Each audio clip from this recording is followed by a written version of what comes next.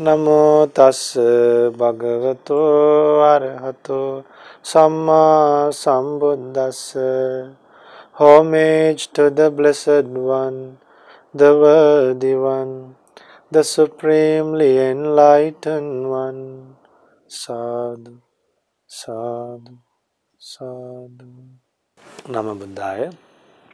Dear Dhamma friends, when a Buddha is appeared in this world, four wonderful groups are also appeared to this world. Those four wonderful groups are bhikkhus, bhikkhunis, upasaka and upasika. Well, if I were to tell this in English, that is male ordained disciples, female ordained disciples, and lay male disciples and lay female disciples. So these lay disciples, they help the monastics in terms of food, medicine, shelter and robes. So in terms of shelter, Buddha preached, as for shelter, under a cave or under a tree, so kuti is extra. Then medicine, then also food, whatever the food given at houses, that means whatever the food that the monks receive with invitations. If a monk is invited to the house, that is something extra. But what Buddha taught was, for a monk, go from house to house, take an alms bowl, go begging from house to house and collect food. Then robes, to collect robes, we have to go to a place like to a cemetery. Those days in India, the dead bodies were wrapped with clothes and they were just thrown away to the cemeteries. Or else we should go to the garbage places, collect pieces of clothes and stitch them and make a robe. Whatever the robes that are offered by people are something extra for a monk. So there was a great disciple of Buddha. That great disciple's name was Arahant Maha Kassapa. Arahant Maha Kassapa, he used to go to poor people's houses. There were times, divine beings used to come, and divine beings tried to offer dana, but he rejected them. Then divine beings took the appearance of human beings, of poor human beings, and they tried to offer dana, and even they got caught. So dear Dhamma friends, one day when Arahant Maha Kassapa, a great chief disciple of a Buddha, who was chief in austerity practices, one day when he was going on alms round, he saw a leper who had a lot of wounds in his body. And there were other many rich people around the street. There were many other merchants along the street.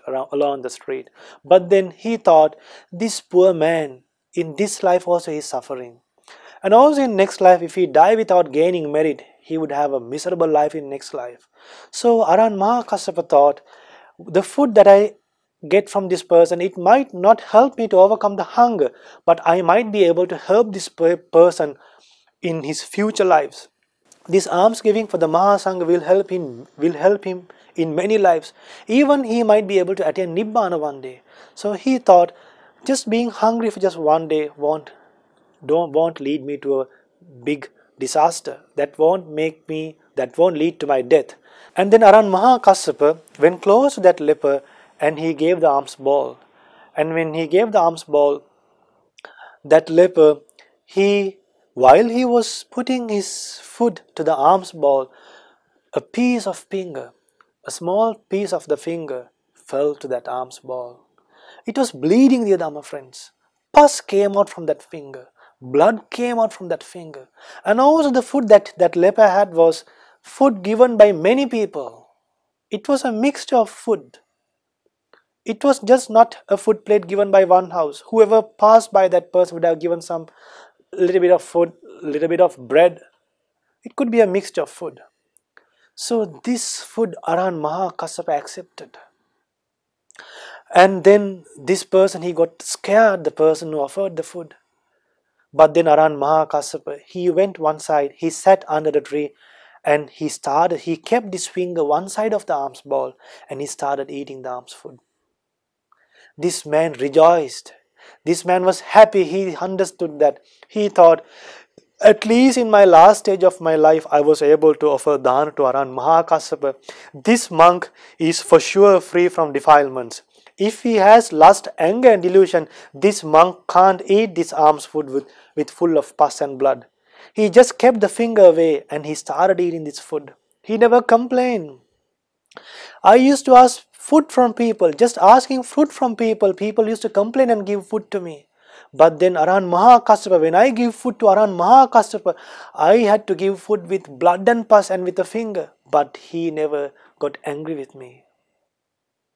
Dear Dhamma friends, the great disciples lived such a life because the Arahants also developed their mind like a water drop on a lotus leaf which is untouched, like a wind blowing through a net.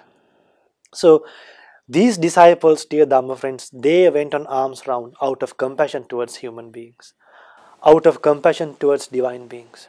So, dear Dhamma friends, those Arahants helped many beings to overcome defilements.